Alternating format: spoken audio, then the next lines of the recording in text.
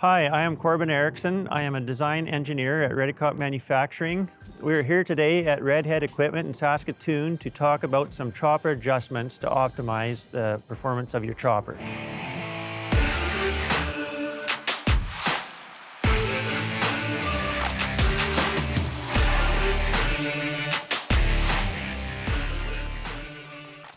The stationary knife bar uses friction to hold it in, which allows you to have a breakaway feature if you put a foreign object through.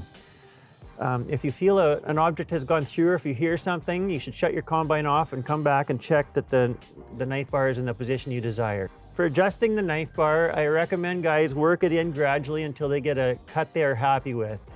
Because if you go any further than that, you're just using extra power, limiting your flow. Saying that, some crops do require extra cutting and you have to put the knife bar in all the way. Crops such as flax are very hard to cut, so you got to lock the knife bar in. Therefore, we have a bolt that you can lock in the knife bar at the number 4 position.